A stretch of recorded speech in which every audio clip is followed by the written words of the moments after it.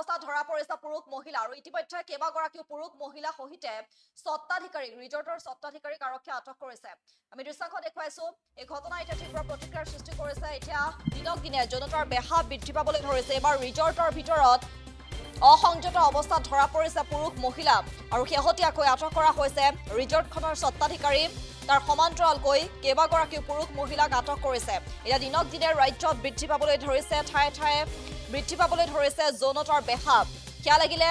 homestay হওক কিয়া লাগিলে ৰিজৰ্টে হওক কিয়া লাগিলে ৰেষ্টুৰেণ্টে হওক বা স্পা পাৰ্লাৰে হওক এতিয়া অন্য এক ঘটনা তেনেধৰণৰ পোহৰলৈ আহিছে অন্য এটা নাৰীদে ব্যৱসায় চক্ৰ উৎখাত কৰা হৈছে দীৰ্ঘদিন ধৰি ওসমান ৰিজৰ্ট এণ্ড ফেমিলি ৰেষ্টুৰেণ্টত অনৈতিক কাৰ্য চলি আহিছিলে জনতাৰ বেহা চলি আহিছিলে সেই অভিযোগ যেটো উত্থাপন কৰা হৈছিল আৰু সেই অভিযোগৰ ভিত্তিতে আৰক্ষীয়ে অভিযান চলাইছিলে প্ৰশাসনক মেনেজ কৰি দে ব্যৱসায় চলাই থকাৰ অভিযোগ উত্থাপন হৈছিল সত্তাধিকাৰী ওসমান গনিৰ বিৰুদ্ধে ওসমান গনিৰ এখন ৰিজৰ্ট ওসমান গনি নামৰ এগৰাকী ব্যক্তিৰ ৰিজৰ্ট যিখন ৰিজৰ্টৰ নাম হৈছে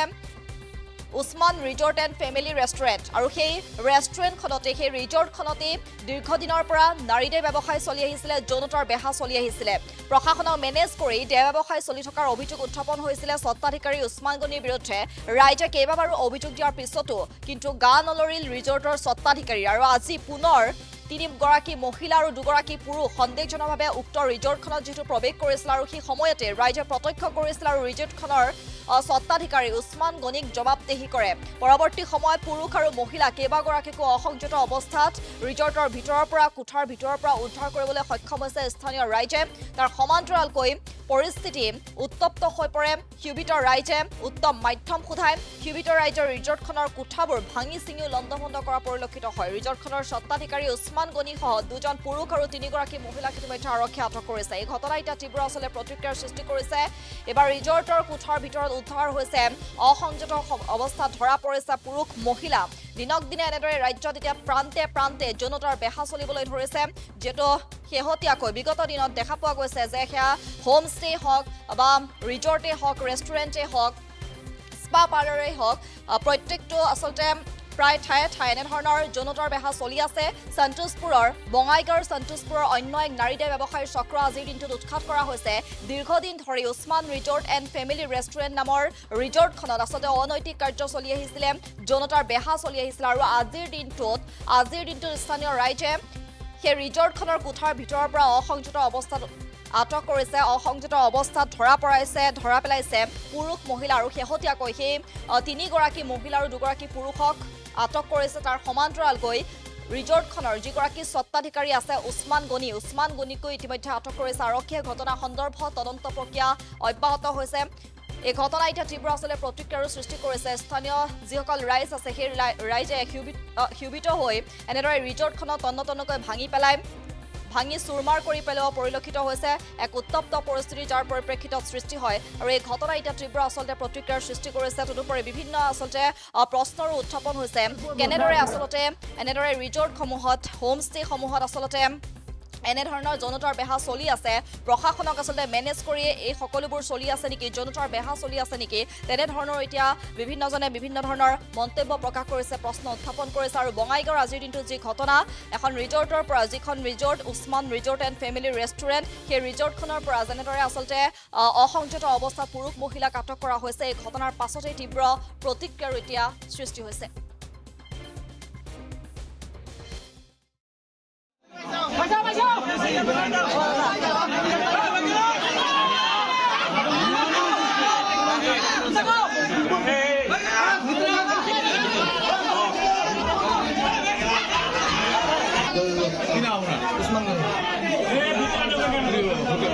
রিজর্টর নাম কি Osman resort and family restaurant কোট ঘোরা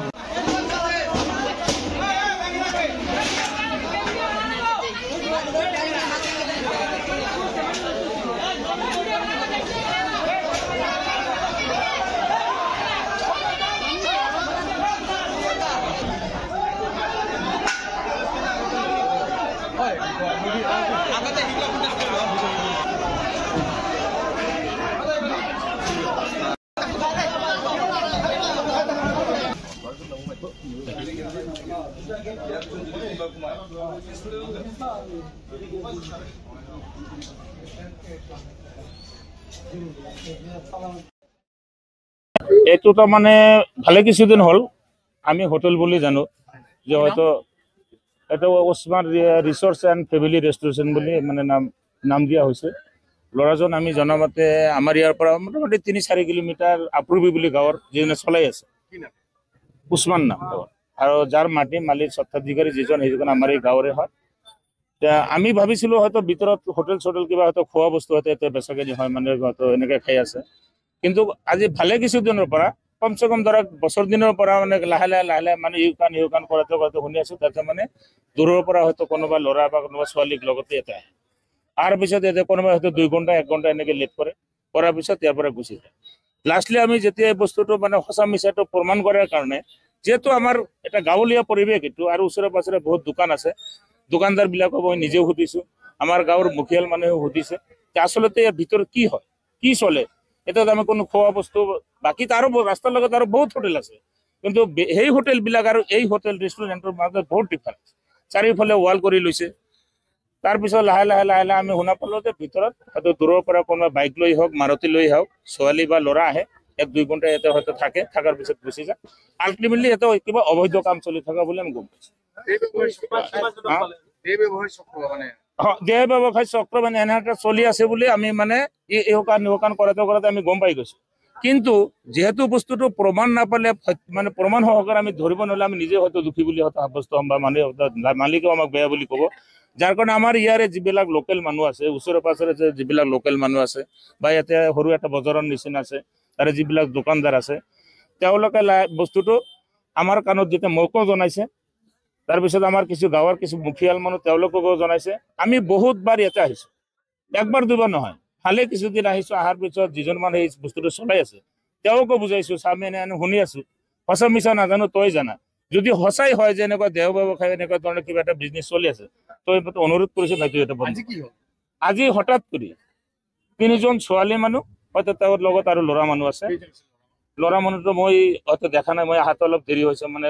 বস্তুটো গণ্ডগোলটো লগাৰ ঠিক 10 মিনিটৰ পিছতে হাতে পাইছো মই অলপ ৰাঙামাটিত কিবা কামত গৈছিলো কিন্তু ছোৱালী 3জন মই নিজে আহি দেখা পালো আৰু এজন ল'ৰা মই দেখা পাইছো হয়তো লগত আৰু যদি 2 আছে মই নাজানো